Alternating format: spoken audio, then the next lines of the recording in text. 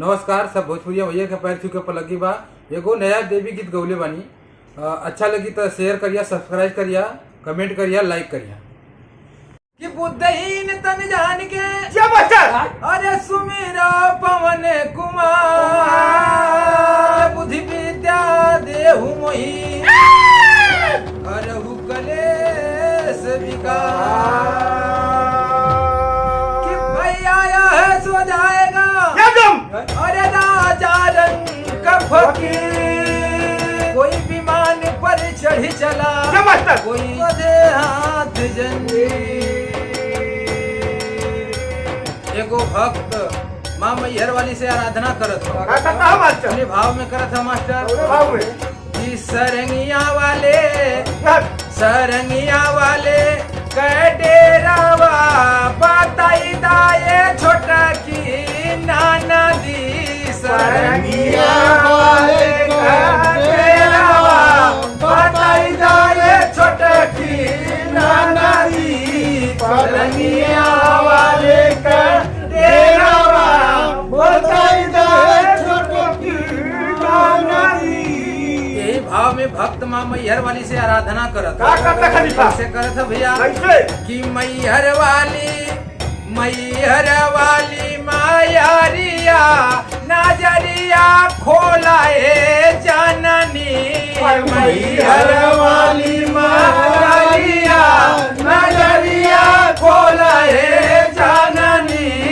मैहर वाली मायारिया नजरिया खोलाए जाननी।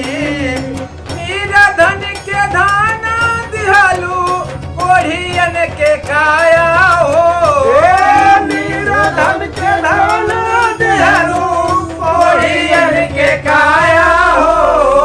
मेरा धन के धाना दिहालू कोढ़ियन के काया हो। जग में अपार मैया तोहरी बमाया हो। जग में अपार मैया तोहरी बमाया हो। जग में अपार मैया तोहरी बमाया हो। करत बानी पुकारिया नजरिया खोलाए जाननी। करत बानी पुकारिया नजरिया खोलाए जाननी। करत बानी पुकारिया नजरिया खोलाए जाननी। आया लाऊ दल के माई कहलू समरिया हो। लाऊ दल के माई कहलू समरिया हो। लाऊ दल के माई कहलू समरिया हो। लोरी काया सवारू के कैलू रखवरिया हो।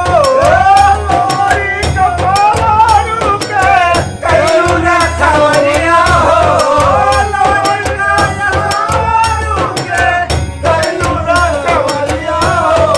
बनरड़ चंडी समारिया बनरड़ चंडी समारिया नजरिया खोलाए जननी। बनरड़ चंडी समारिया नजरिया खोलाए जननी।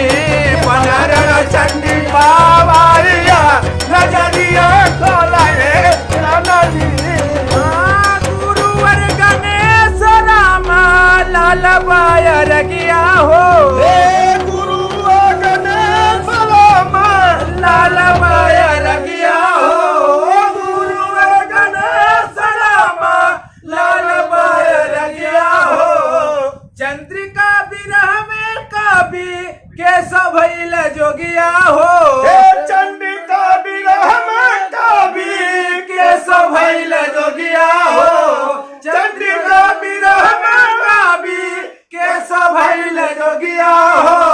कल्लूलाल बन के या नारिया कल्लूलाल बन के या नारिया दुआरिया अइली जाननी। कल्लूलाल बन के या नारिया